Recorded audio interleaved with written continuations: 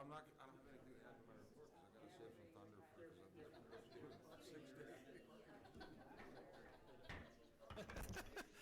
Well, good evening, everyone, and welcome. And let's go and open our general session this evening with the Pledge of Allegiance. All rise. I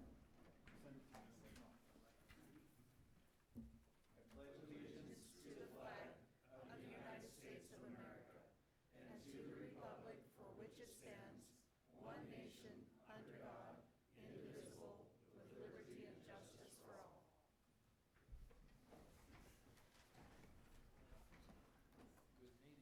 Again, I want to welcome everybody, and it's great to have you this evening. Really, my main comments are just a shout out to our entire city. First off, our Coquille Fire and Rescue for a great steak feed car show. And just want to thank all the volunteers, all their donors, and I'm sure Zach will want to say some things about that, but all the donors, all the volunteers, just a great event. And for a national night out, I ended up last minute being out of town, so I was so bummed to miss that. But man, were people talking about that event too. So thank you, Chief, everybody who's involved in that. A lot of volunteers and folks who've invested in our communities, so thank you for that. Just some great events in our city. And thank you to all our staff. The hard work, the city's looking great, so our public works, and just all the different areas that we cover. I appreciate all your efforts very, very much.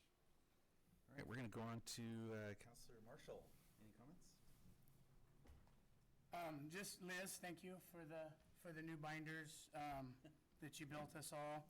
Appreciate that, and then all the extra stuff I know you do behind the scenes. So thank you for all the extra effort you put forth and doing your normal duties, and these binders are pretty cool too. Thank you. Councilor Corvus. No comments. Councilor Cooper.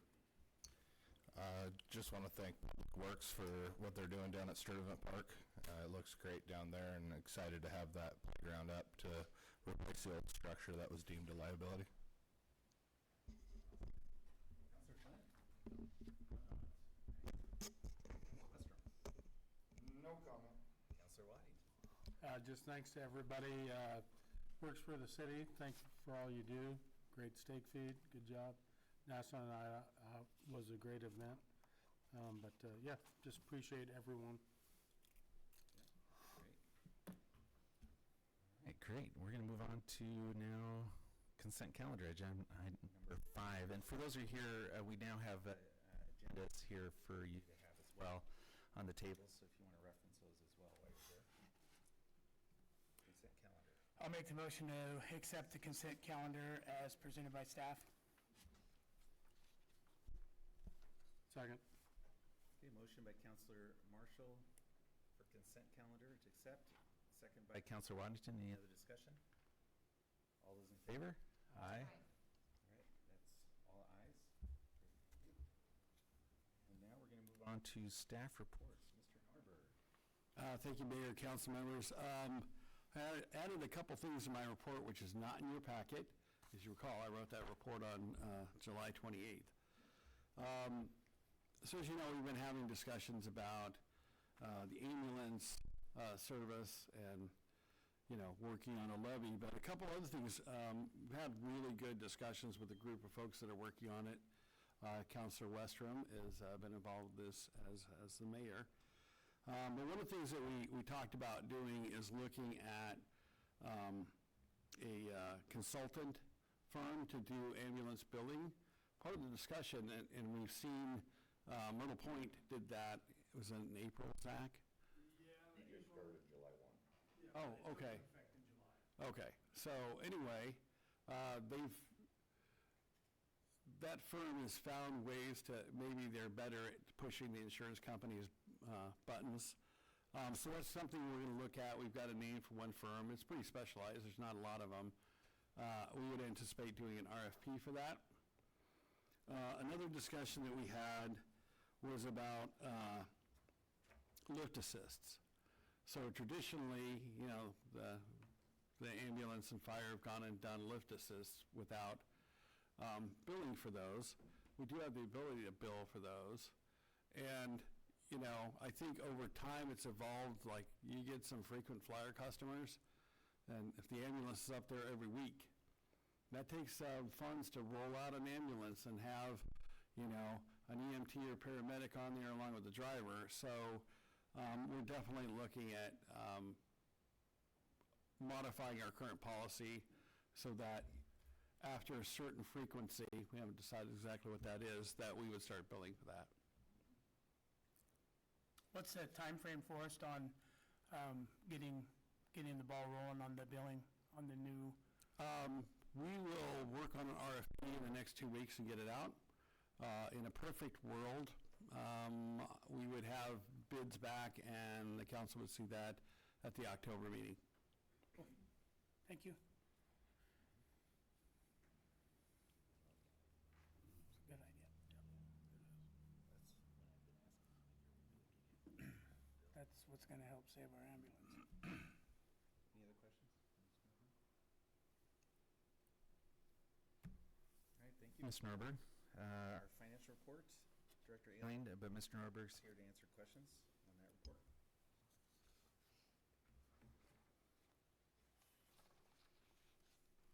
I will point out on the report, first one of the year, that there's a lot of negative variances. And part of that's because transfers haven't taken place. Obviously, we don't have our tax revenues yet and those kind of things. But, you know, so it looks a little daunting, but we're doing okay.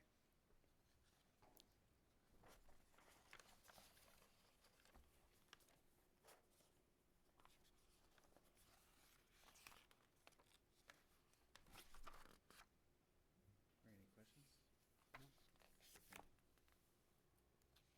All right, I'm going to go based on my binder here. The next one in my binder is our Public Works Director, Denny. Thank you, Mayor, Council.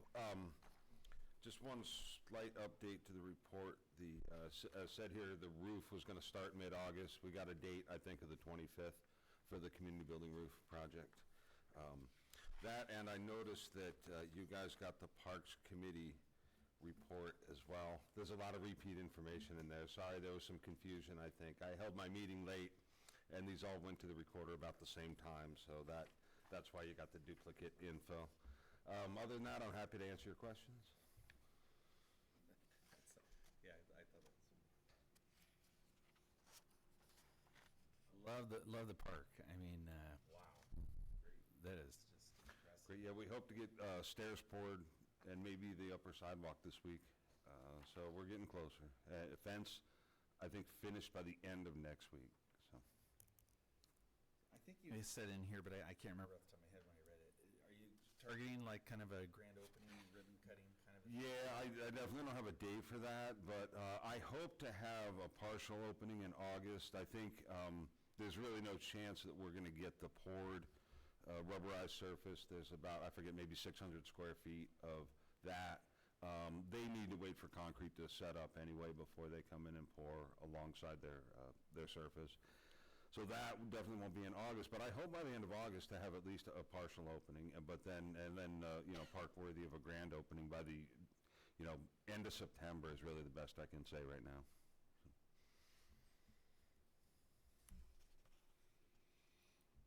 I guess I just want to comment, shout out and a thanks to already the several groups that have adopted parks.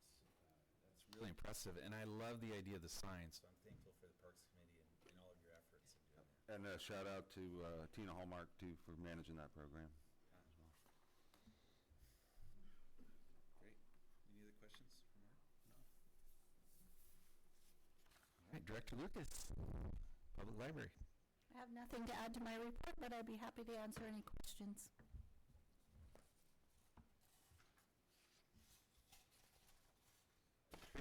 Director Lucas, I was looking at your annual report that shows the annual numbers over the last several years. What is it? What do you mean by attendees? What does that mean? People walking in the door. As opposed to foot traffic, what the difference between that? That would be the same thing for Okay, traffic. okay.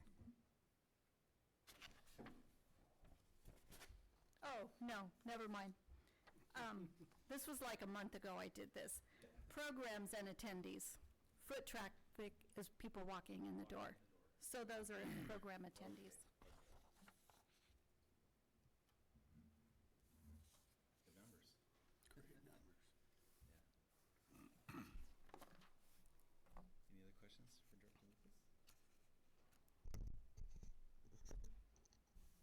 Great job. Love all the programs. Again, thank you. All right, our Coquille Police. Chief. Thank you, Mr. Mayor. Nothing to add, however, I'll be happy to answer any questions that the council may have. Just thank you to your officers. So we had an incident that occurred on the highway and had a chip truck on its side about 5 o'clock in the morning, just before the sun came up. I had a truck here that I could respond with.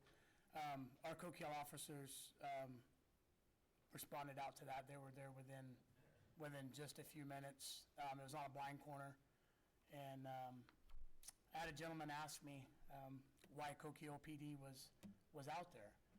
And I told him, I said, well, they're here to save lives.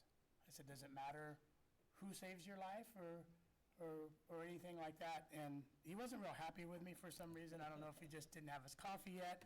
So he said he was gonna file a report with the chief. So I directed him to Forest, and hopefully that you guys never heard anything from him. But that was awesome that we had 3 of our officers out there, because I couldn't tell you how many lives they saved, but it could have been bad real quick. So appreciate their extra effort and getting out there and helping us out. No, I appreciate that, and I'll definitely relay that, and they do a very fine job, but thank you. Any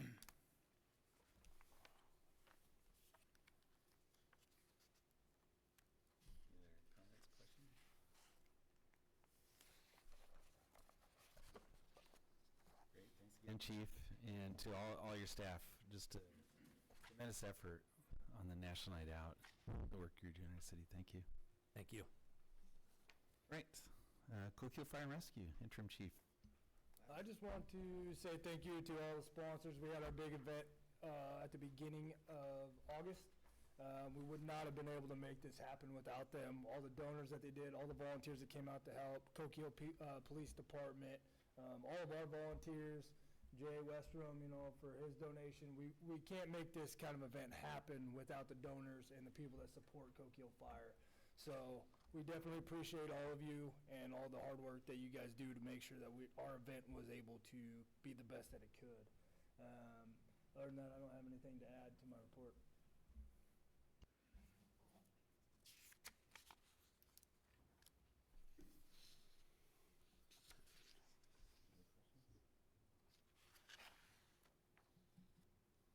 I never got a phone call. Offered my whole entire family to you. Yeah, said I'd volunteer. Just let me know what you need me to do. I wanted you to come volunteer at the fire department. I need your help down there, not just for the event. I need your help in general. Well, you said steak, so you have my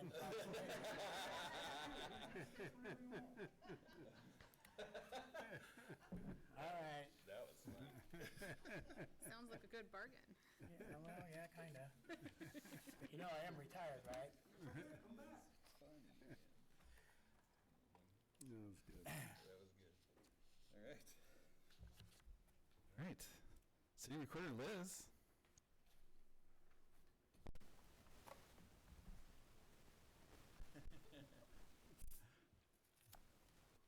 Thank you for the report. I know I appreciate it. Thank you. Thank you for the reminders as well, like Councilor Marshall's.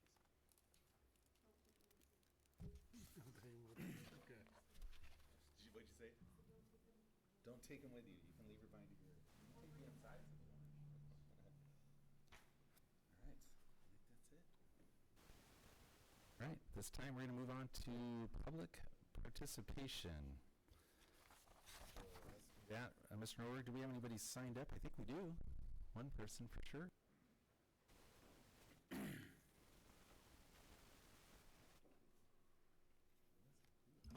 Leslie Johnson. All right. Come on up, Leslie, and as you're coming up, just a reminder for everybody, during public participation, it's where we just allow 3 minutes. It's for you to speak and address the mayor.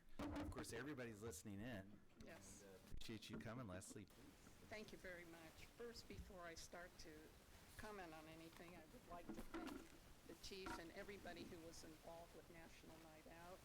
I also am on the board of directors and an officer for Tioga Sports Park in Bandon. I'm sure you're all aware of it.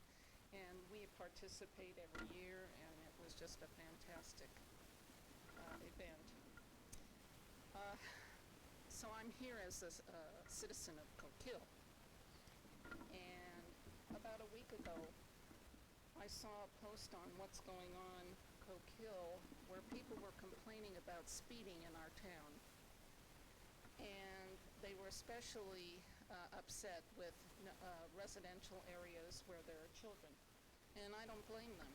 I've seen it myself around the school right here off of Central, where people barely stop to make a right-hand turn, or they'll blow through a yellow light as it's turning red, and there's kids out there.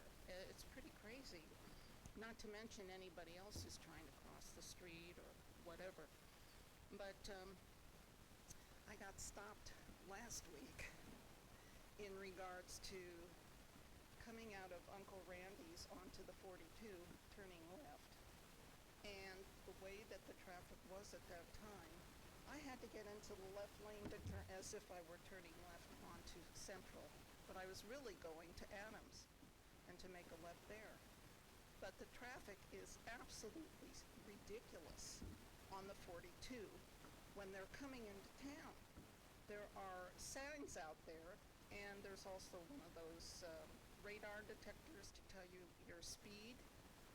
When they come through after doing 55 and they're going right past where you would turn to go to the DMV, there's a sign and everything to tell you slow down to 45, and then as you do, then you have to slow down to 35, which I think is the right thing to do.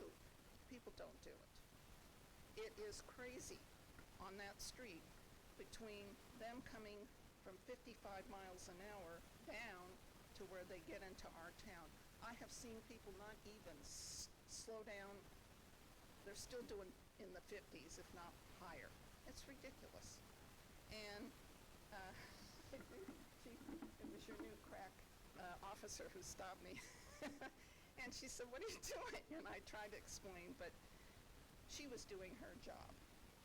And the problem is that that's a very dangerous place to turn left out of, where Uncle Randy's is, the laundromat, the coffee place, because of the way the street is structured and also the traffic. You don't have to have a lot of people, but whoever does come through there are just buzzing right through. I mean, it's bad. So I told her, I said, this is a real issue. Luckily, she just gave me a warning, and I appreciate that. And from now on, I turn out a different way from that parking lot. I don't even turn onto the 42. She made a good suggestion. Came up to the 3 minutes. All right, bottom line You can is, wrap it up. bottom line is, the Facebook page, What's Going On Coquille, I invited the town to come down and talk about the speeding issues in our town. And everybody had a story to tell. Everybody had something that was an issue all over the town, not just on Central or 42. We need more supervision. Now, I know we just have so many officers and so much to do in a lot of time, and not in a lot of time, but in a short amount of time perhaps, but a lot of area. We need help. And this is just not on the mainstream streets. We're talking about in the residential as well. I see it all the time. So I am asking, as a resident of Coquille, for more assistance in this, more supervision. We got a bad problem. Okay, thank you, Leslie. Thank you. Thank you, Leslie. Thank you for coming. Public participation is really. Is there anybody else? Lois, was there any? Thank you. Right, we're going to go to agenda item number 8, resolution 12, 2025, First Street Loading Zone. Mr. Garber. Thank you, Mr. Mayor, councilors. So this has been an issue that we've been working on for a little while. You'll notice in your packet, this is a result of, there was a planning commission meeting that I testified at and that Haley put on. And really the problem here is that loading zone on the north side of the street down there, the awnings have been hit numerous times. And Mark and I met with the property owner and kind of talked about that, and we started discussing, could we move it? We went back and looked at the historical resolution that the city council had passed, which said there should be a loading zone on both sides of First Street on Central. And the second one never happened. So we started talking about, like, maybe we could relocate that, send a letter out to all the property owners there. As the only response we had was from the owners of Denny's, which it doesn't really affect because that's not where they do their loading. They do it on Adams. But in any case, so the Planning Commission discussed it. Haley and Mark and I discussed it some more. Mark had an idea about actually having two zones on, the west part of the street, which we think will be workable. So in order to change that, since it was previously done by council action, you have this resolution 12-2025. And basically we'll create new loading zones and try that out and see how it works. I think that it will definitely help out that business owner, and he has funds. He wants to restore his awning and do some work on his building. So this would be a good time to do it. He's been talking to me about it for a while, and I think Haley did a nice job of kind of putting it together with Mark, and I would definitely recommend to the council that we give this a try.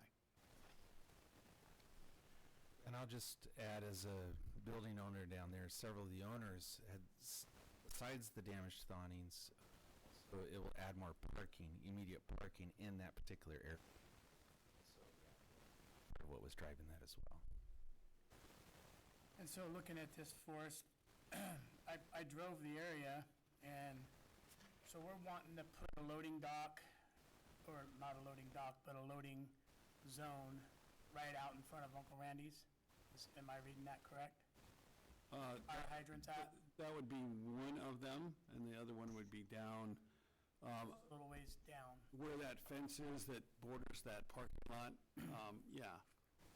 So I looked at that, and I parked my pickup there, and then I came out of Uncle Randy's. That's a sight distance issue. If someone's gonna come straight across, you cannot see, and I had my pickup parked there.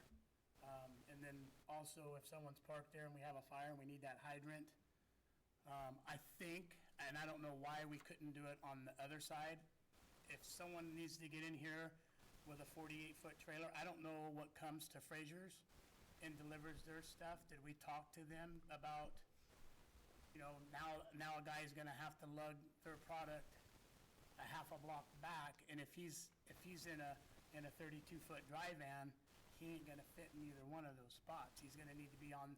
So my thought is instead of Uncle Randy's, that first little one, why not move it over to be able to accommodate a larger unloading truck? Forrest, if I could? Yeah, oh yeah. On this one. So, considering even the 10 feet either side of the hydrant at that corner of First and West Central, Yeah. there's 30 feet, at least 30 feet, until the curb cut starts into the Uncle Randy's parking lot. Yeah. Then they have a short 20-foot section maybe of parking between two driveways, and then a bigger area past that where nobody ever parks. And so that was the 60-foot zone originally proposed. I proposed the 30-foot one on that corner, so we're still 10 feet back from the hydrant, getting us well away from the intersection. However, putting them there allows these guys to get to the back of their truck, which, most of the ones that come in, like the Frasers, are in those box cars. They're gonna fit in that spot. So they can get out the back of their trucks and into the crosswalk. They don't even have to get to the sidewalk, really. They can come that corner, that area of the street, of the right-of-way in front of the hydrant, get to the crosswalk, and then straight down, kind of minimizing, the amount of street crossing and businesses they're going in front of there. And then to me, it seemed the quickest way to get down to Fraser's, where most of these deliveries are going to be made. So, My concern was just with sight distance pulling out of there, because I couldn't see with my full-size pickup there, and you put a 24-foot van there, that's 11-foot tall. So coming out of the Coming out of- parking lot? Yeah. Onto First? Yeah. Okay, yeah. That's going to be an issue. And my problem is you know how people are. We make this a dedicated loading zone. Somebody parks a 36-foot box van there. You can't see someone coming down when you're coming out of Randy's, and they whack them. This guy's gonna say, well, the city told me I could park here. This is an official unloading zone. I think for the safety of our people, that we should move that directly across where the old bank is at. Then you don't have the sight distance issue of people coming out of that business. Or interrupting, people, he doesn't have a very big lot. A lot of people just like to park Yeah, there as well. I would just respectfully disagree. I think that it's a slow, it's coming right from a stop sign right there. It's a very underutilized road. It's not real highly traveled. Just where takes they're one. coming from, so. The bigger issue is like down the road, we're gonna have that other site developed and then we'd have to re-put the loading zone anyway. So should we do the work twice?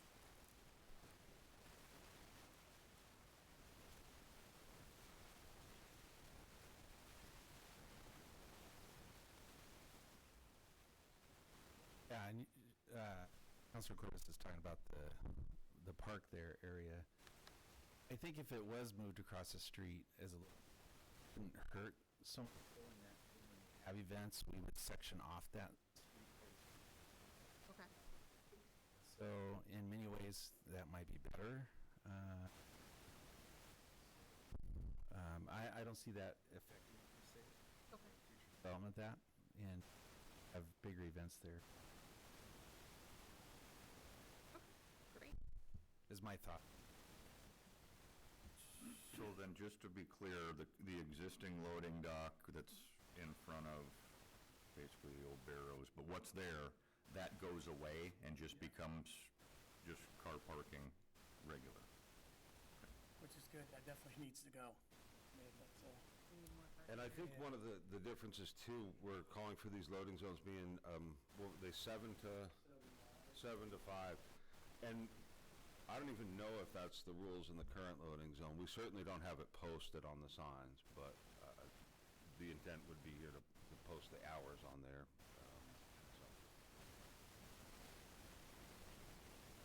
Yeah, based on my observation, most of the loading and unloading. Fraser has just answered that question. They park on that corner, Indies, or around the corner on Central, because it is really early and there aren't cars there yet, and then they pallet jack it in, and so that, or is there access to those businesses? No issue whatsoever. Most of that loading and unloading's happening pre-7 o'clock or time anyways. Mark, is there any downfall to it being on the other side? Being on the far side, just one more street to cross, I would say. Just trying to get them as close a route as possible on foot. Carrying boxes down there. Primarily for Fraser? Yeah.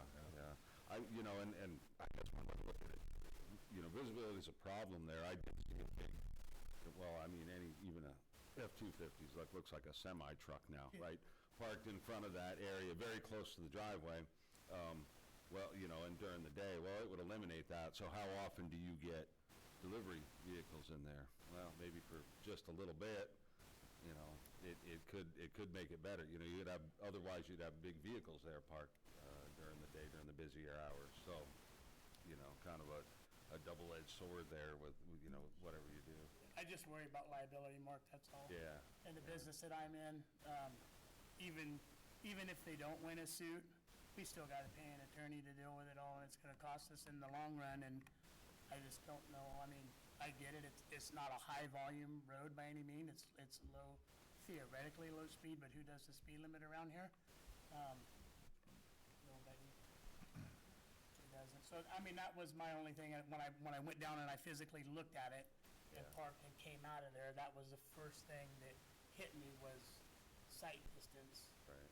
coming out. And I think I looked at it from a standpoint of, the real exposure, the real tragic thing that could happen would be more pedestrian, than a vehicle. Any vehicles at that speed, how much can you do? How much damage? Yeah. So, yeah, I was looking at it for, Yeah. more pedestrian safety, I guess, than vehicular. So. They don't let them walk on most of your roads, so, yeah. Well, yeah, they do though, unfortunately.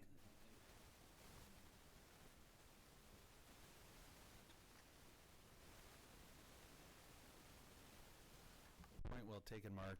At least both of you, Councilor Marshall and Mark, I think, weighing it, I like the idea that it's a loading zone now that I hear you say it, Mark, because during the regular business hours, if we can park in there, that does increase. So, but, I can appreciate suggestion as well. I guess one thing we can do is if we want to move ahead, is make a change. Oh, yeah, we can all. Road, if we find that the space isn't big enough or larger vehicles are trying to crowd that space.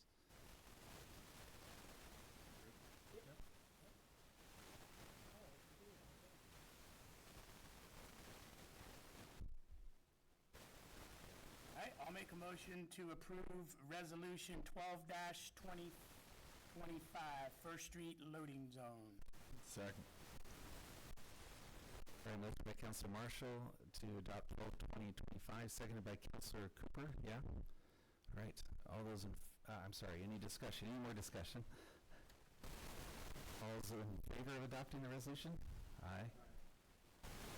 Yeah, I think everybody said yes, so everybody said yes on that? All right, great, thank you, thanks for the conversation, and thank you staff for working on that and getting that done. And really, that was in service to our community. A lot of our owners down there worked that effort, so thank you for that. Were they able to find anybody that hit these awnings at all and get any insurance money out of the people that's already struck the businesses? They did have contacts with one in particular. I think some of the other ones, not so much. Because when I seen it, some pretty significant damage done. All right, agenda item number 9, discussion request for proposal for purchase and development of lot 202. That's also you, Mr. Harper. Thank you, Mr. Mayor, Council. So, basically, we've had some people that have interest in that lot, and everybody knows which lot that is, I believe. Haley put together an RFP for it and did a nice job. But I know that Councilor Corbis had some questions about it initially, so that's why you all are seeing it at this point.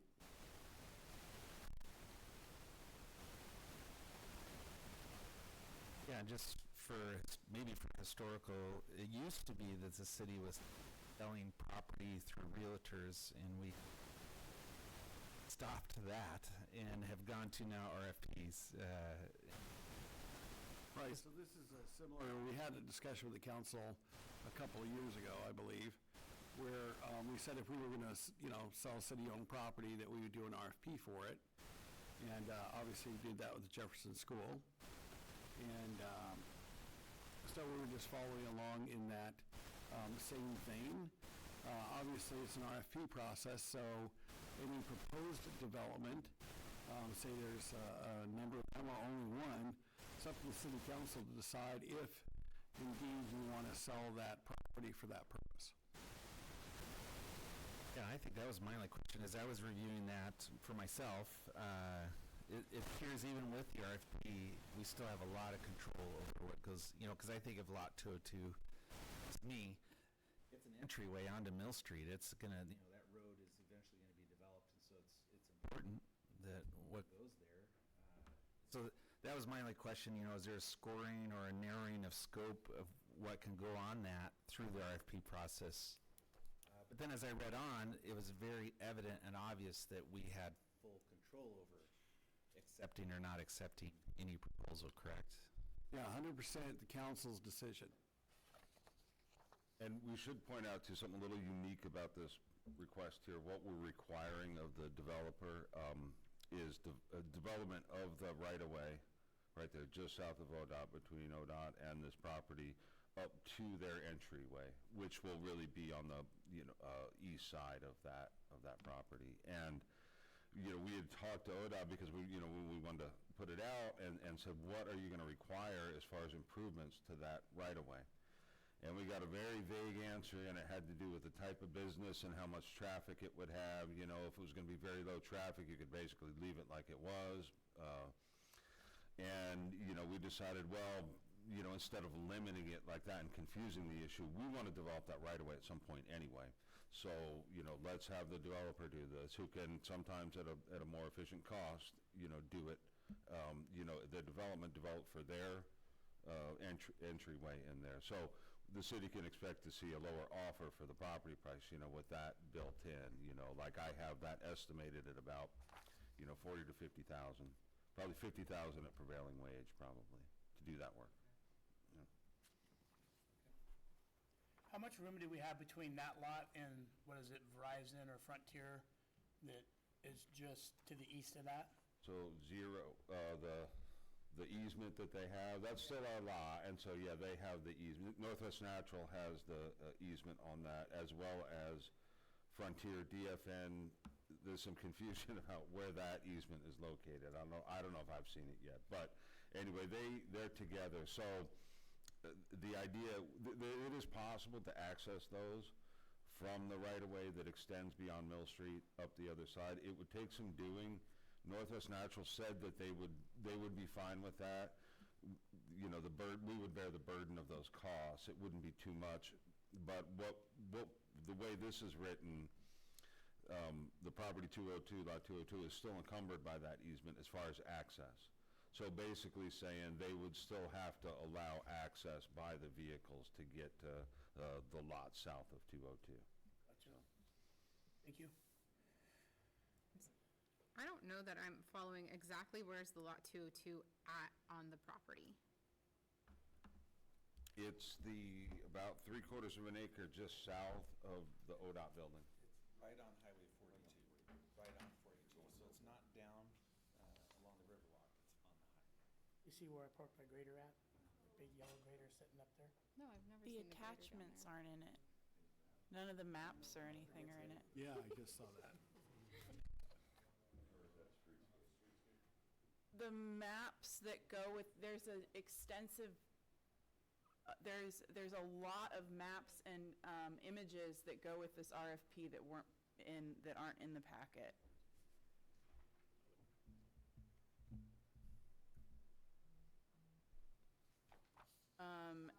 And those images show the easement that you're asking about, they show the utilities that Mark is talking about, they display all this information.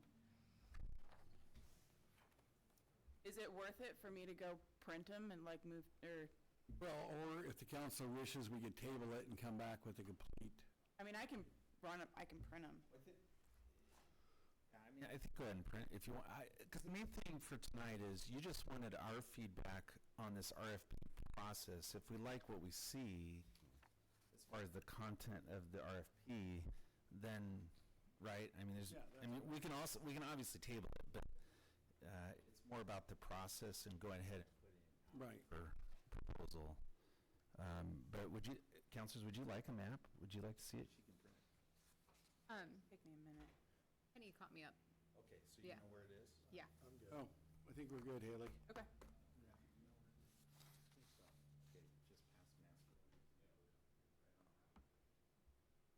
The council would see this and approve it before it went out for bid. Yeah. So this is our framework, though, that we're working on. So the next meeting, well, pretty soon, I guess in a couple of weeks. Yeah, we'll we get it hope on to the have next agenda. Yeah, a final for you. So give an input now, or be prepared to give input at the next meeting as well.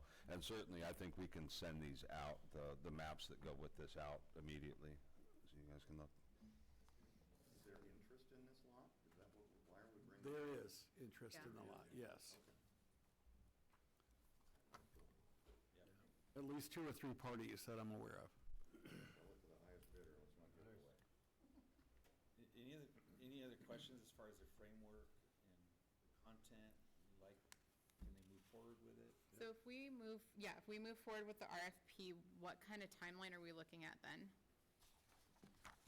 Is it, how long are we giving them to respond and, I don't think we've gotten that far yet for Okay. dates. But it'd probably be, like, say we issued after the next council meeting, which is September 2nd, We probably give people like, 30 days or something like that to respond. So you potentially get to see the responses at the November council meeting.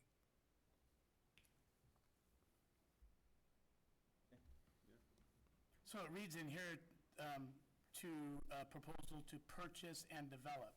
So we're gonna purchase lot 202?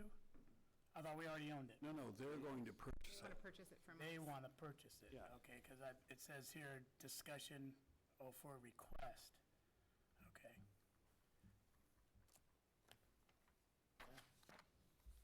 I'm with Jay, give it to the highest bidder. I think we're good. I think we're good to proceed. Francis, I think it is. Thank you. Thank you for all the hard work. And this really becomes, some of that work is a now template for other properties down the road, too. I mean, a lot of that work. Thank you. It's great. All right, we're going to move on to agenda number 10. Resolution 13, 2025, authorizing a new signer. That's adding Chief Doyle. Sign our accounts. And so anything you want to add? I mean, it's pretty straightforward. We've seen this before. I know I can testify that I am one of the signers and wasn't readily available last couple of weeks, so it's been hard on this to get their work done.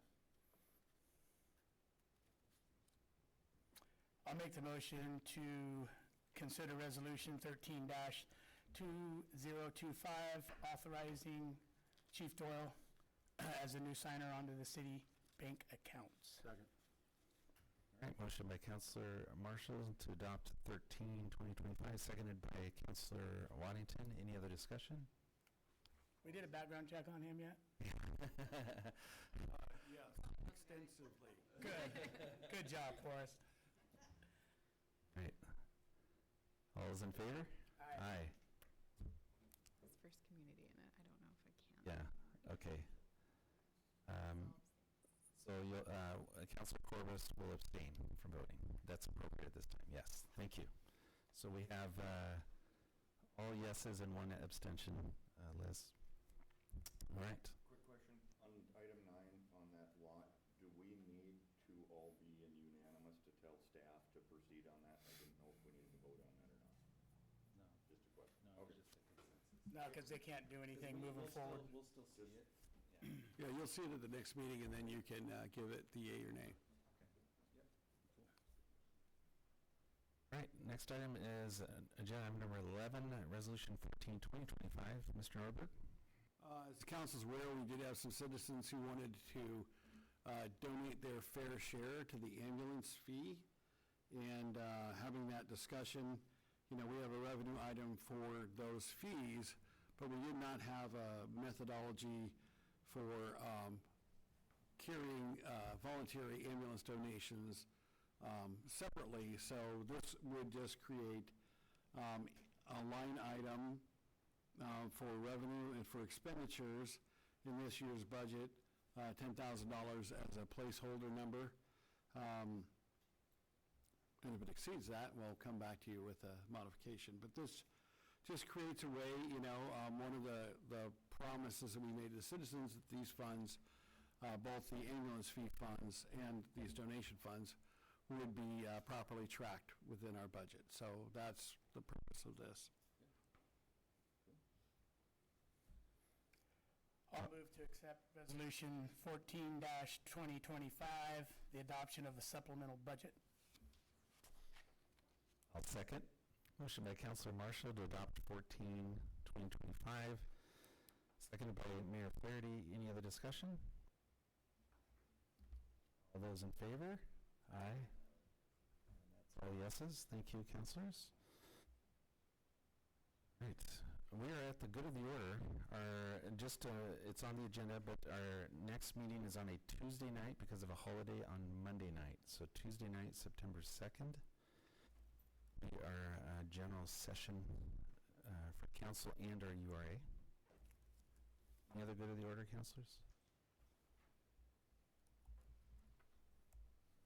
Seeing none, I'm going to go ahead and adjourn our general session at 7:44 and turn it over to our URA president, President Corbus. Okay, I will call our URA meeting to order at 7:45.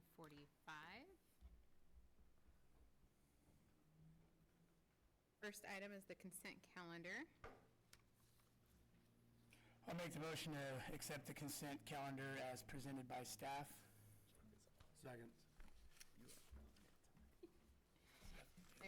We have a motion and a second on the floor. Any other discussion? Okay. All those in favor? Aye. All right, passes unanimously. All right, item number 3, application for URA funding, the Coke Hill Broiler. Yes, ma'am. So we have an application from the Coke Hill Broiler for their awning project. And the applicant is here this evening if you have any questions.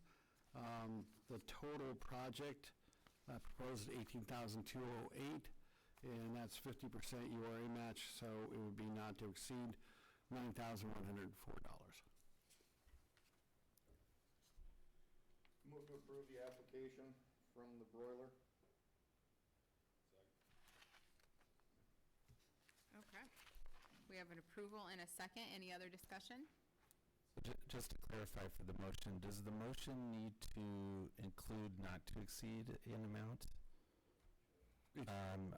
I was going to make a suggestion to say not to exceed 10,000 because it's between 9 and 10. That would be, anyways, that would have to be an amendment to a motion on the floor. Right. But 10 puts it over what, the half? Going so smooth. So, okay. Okay, I will re-motion my motion to approve the Coke Hill Broiler for funds not to exceed $9,104. All right, perfect. So we have a motion made and seconded for a second time. Any other discussion? Just a big shout out to those guys. I know everybody's noticed, but they're really putting a lot of heart and soul into that building. It's a historic building for Coke Hill. It's right there on the highway, so kudos to them. I'm glad they applied for this, and I'm excited to see what else they're going to do to that building, so. That is also was going to be my added discussion. Thank you very much for the improvements and the investment. And I would ask that all property owners in our UA boundary at least consider improvements for your buildings and that there are grants through the URA to do those improvements. Absolutely. Perfect. All right, so all in favor? Aye. Perfect. Passes unanimously.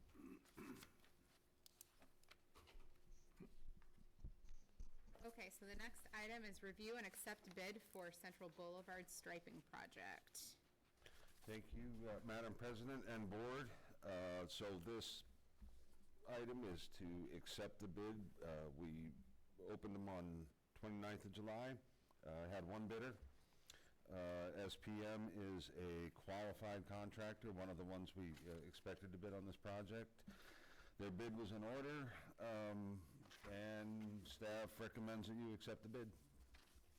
I make a motion to accept the bid received from SPM for Central Boulevard striping project. Okay. Motion made and seconded. Any other discussion? Where did we fall at on the thermal, like we were talking about thermoplastic versus paint? That's a huge cost. Did we address that at all in this?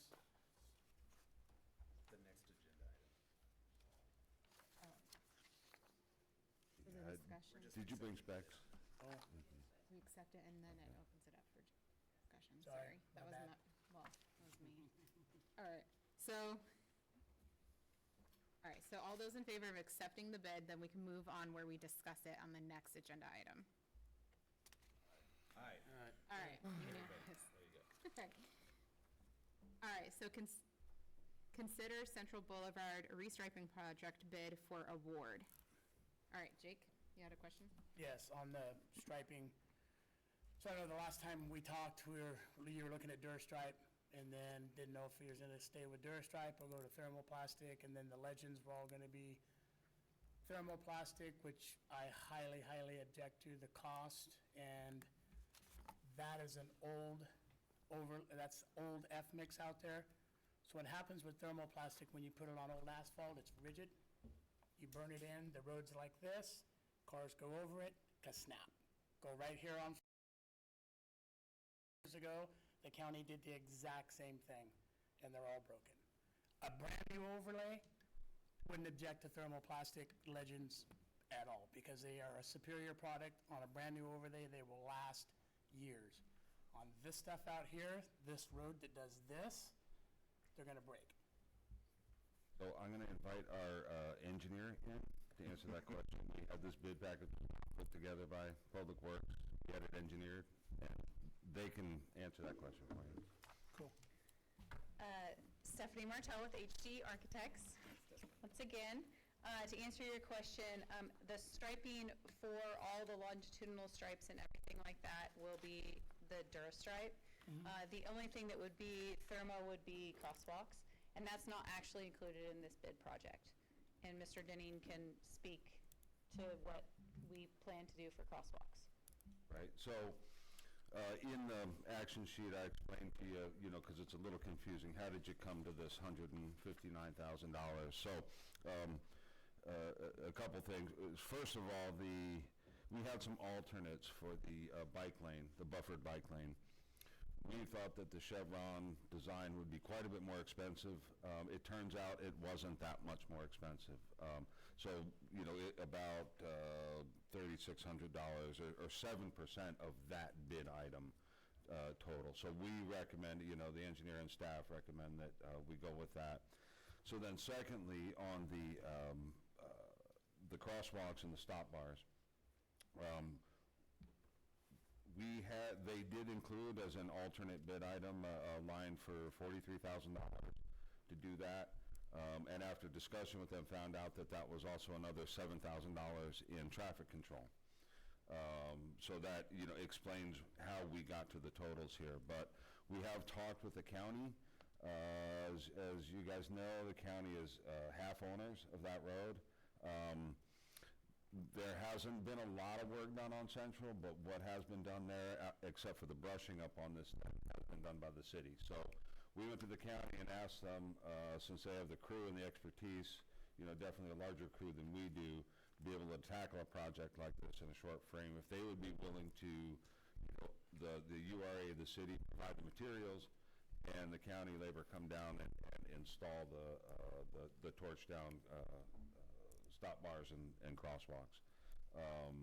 They agreed to that. I have the materials priced out. I don't have a shipping cost yet, but I'm thinking it's going to be about $7,000 total. So quite a significant savings. You can see, they're valuing that labor, the contractor is, at about $35,000. So, a nice contribution from the county. The traffic control will be on the city. That was part of their deal. They said, okay, the city crews can come with traffic control, and then we can work inside of that. But anyway, that's the plan for the features. And are we gonna keep the upkeep on them? Because if you go and look anywhere, the big project that they had in downtown Coos Bay, so there's an area where they did all brand-new overlay. All those legends, which I'm referring to as the thermoplastic, your arrows, your crosswalks, they're all beautiful. You go up the road a little ways further, where there's not a good overlay, that thermoplastic's gonna fail and it's gonna look horrible. So, interesting, because I did talk to Ben with the county about that, and because we started talking about suppliers, and we're getting Enos Flint material. He's been buying, and he specifically mentions its adherence. It's just a better adherence from Gaveco, I think is the name of the outfit. I'm sure the state uses them as well. They had state pricing for us as well. We use Ennis. You use? Ennis, Okay, all right. So, all their stuff. that was basically the county's input. I think that they thought, especially if we use this product, it should work on the road. You can go right out here where they just put brand-new legends down and they're already busted. Even the stuff that isn't in the travel lane. If If you don't put that thermoplastic down on a brand-new sealed, good flat C-mix, this F-mix out here that does this, it's just, it breaks it off. So the recommendation would then be to paint it instead? If we were gonna do a new overlay, I could see spending the money to do that. Or if we're gonna continue to spend the money to, there's the crosswalks broken out in half of it, are we gonna leave it like that to where it just doesn't look right?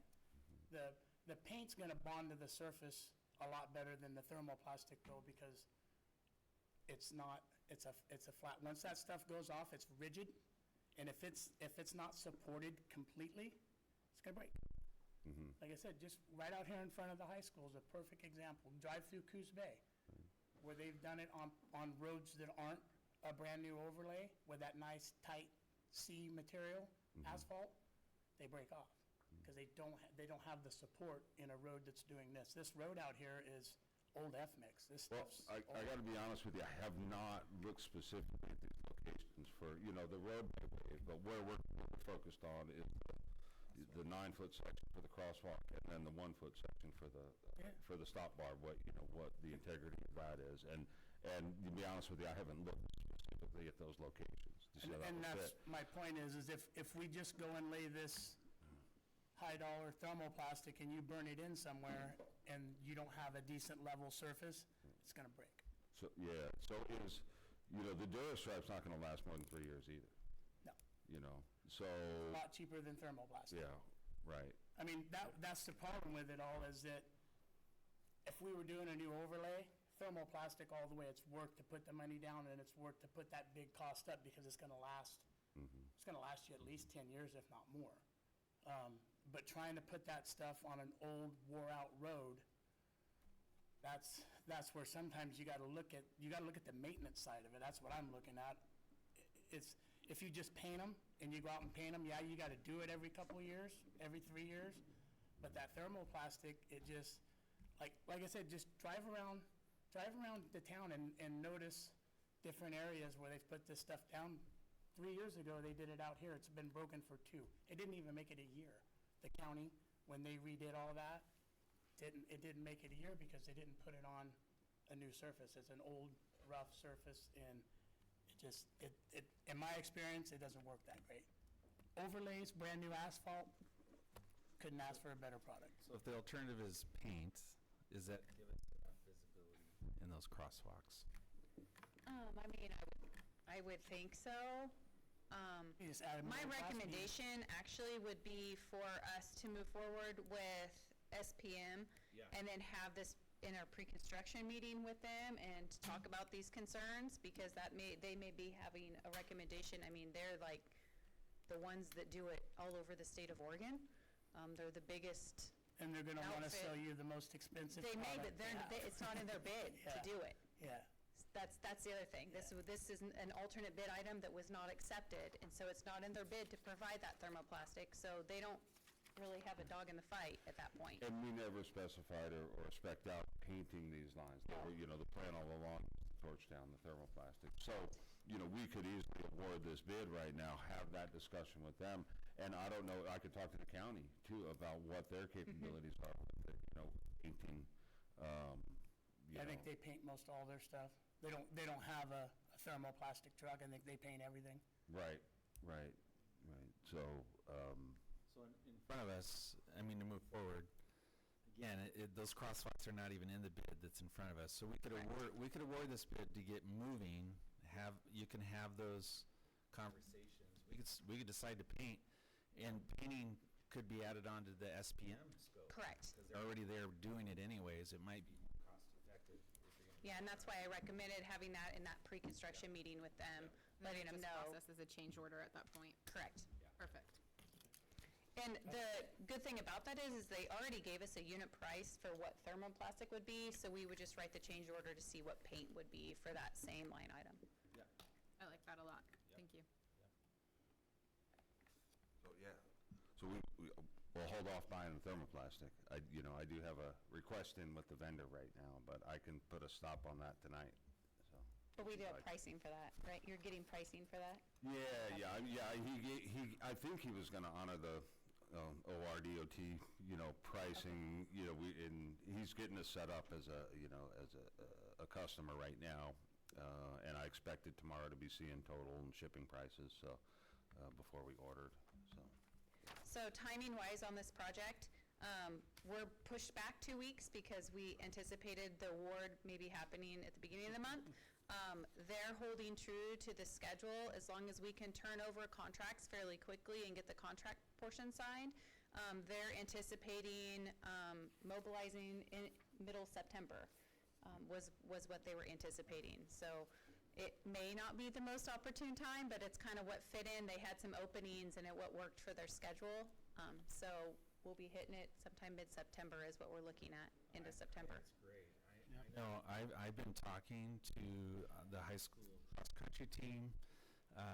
Some of they're so excited about this restriping. They're over the moon because they're always walking and running Central. Absolutely. It's really going to add to pedestrian safety along Central Boulevard. Again, it's going to address that traffic, this road diet where that traffic control, where it's going to just the restriping itself is going to force people to slow down. There's no longer going to be a passing lane where you can blow by somebody who's going the speed limit. So I think it'll be a great thing. The stop signs are going to be something that everybody's going to have to get used to. But again, the city's going to provide some temporary signage for that, to address that. When do you expect a pre-construction meeting to be? As soon as we get contracts signed. So When we have the discussion, would it come back to their next meeting? Not to us necessarily, because they can move by awarding this bid, if I'm understanding, they can start, and then the final decision on paint or thermoplast. yeah, I mean, you'll have we'll have to determine how that would look. That's a good question, because your next meeting is September 2nd. They're not going to start until after that meeting. So unless you wanted to schedule a special URA meeting at some point, you would be seeing what's happening out there. You would be leaving it up to city staff and admin to make decisions. And then, I'm assuming, and then we would come speak to you about the recap in October. But this is totally up to you how you want to handle that. So I think it'd be appropriate to look specifically at these areas, instead of, assuming there are certain conditions, we Correct. can't do something in an area. Do that, be prepared in 2 weeks to come to the URA and talk about that. And, I'll find out, but most likely we can still meet a mid-September delivery. It's not real specialty material, it could get down to us. I'm more sensitive to the Paul and the county setting aside their time, as well, and then what we're going to be doing. So, but I think that 2 weeks from now is reasonable, to consider that and If we can get a contract final signed with decision on the it. contractor, though. I'm sorry, with the contract, no, I said we'll go ahead and award tonight, yeah, and get that going. But the final decision on the crosswalks and stop bars, we could defer that to, the September meeting. Yeah, and if we can maybe do a little profiling where we're gonna put down the thermoplastic to make it stay a little better, but Right. you want Right. something good and level. Yeah, and they are big, they're big areas, they're bigger than you Big think, so, Yeah. Yeah, well, I'll go ahead and make a motion to award Central Boulevard striping project to SPM LLC in the amount of $159,842.50. I'll second. Motion made and seconded. Any other conversation? Real quick, so when you talk to SPM and you're looking at the profile, then after we've awarded this, then you can ask them, okay, we might want to add those spaces back in on paint, and so then they'll get you a price on that. Yeah, so we would write a proposal requesting them provide a unit price for that in lieu of, the transverse stripe or the thermoplastic. And then they would submit that to us, we'd review it, we'd see if, Doesn't slow them up, they just keep Yeah. it on. Okay. and then we'd see if it's acceptable, and if it is, then that would probably need to come before URA again to accept that change order. So at Does that it have point, to we come if it's not a, I mean, like, if it's not a super big line item? Like, is there a limit that it would be made on staff decision? Like financial impact limit? Well, I mean, from a staff standpoint, we can approve up to $50,000, but I think you could award the contract this evening, and then also, I mean, if you all want to review the change order, that's one thing, and if not, do we have a ballpark on what that might be to paint? I mean, we I do don't, we not. have their unit pricing for the longitudinal stripe, but this is a little bit different, it's a different Okay. stencil. So, one thing maybe is that we could, set a construction contingency. So if it's within that, if it's anything over that, then it would come back to URA. If it's not, then that gives us a little bit of wiggle Right. room to negotiate with the contractor. That probably would be a reasonable thing to approve. Yeah, I just want to be sensitive to not delay this. Right. That's what I'm saying, and I'm trusting, like, I value Director Denning's input, research, and decision-making, and Councilor Marshall, if he wants to be part of that and be out there looking at the ground, I mean, so that we can not delay anything, we're still going to hit that price point anyways. Anyways, that's just my thought. I'm just sensitive to not delaying anything. Yeah, no, we need to get Same. moving, Okay. for sure. So does anything need to be amended in order to include, like, do we need to amend a motion or anything in order to include the contingency? Yes. So if you all wanted to set a contingency number, say, award the bid plus a contingency of X. Okay, I'm going to go ahead and amend my motion that stands on the table. Can I add a $50,000 contingency? Reasonable in the scope of this project? That's probably more than we need. Absolutely. Up to our resolution, right, of what you guys can decide on?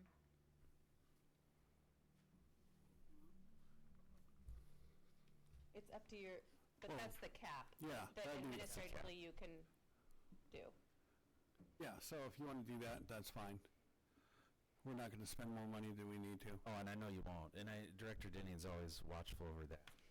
Yeah, for sure. I know he is. That it will be my amendment to add a $50,000 contingency. I'll still second. Okay. Motion made and seconded. Any other things for discussion? All right, all those in favor? Aye. All right, thank you guys so much. Thank you. Thank you. I'm looking forward to seeing you guys in October. All right, next up, good to the order. Anything for discussion? All right, I will adjourn the meeting at 8:09. Thank you, everyone, for joining us. Have a safe week.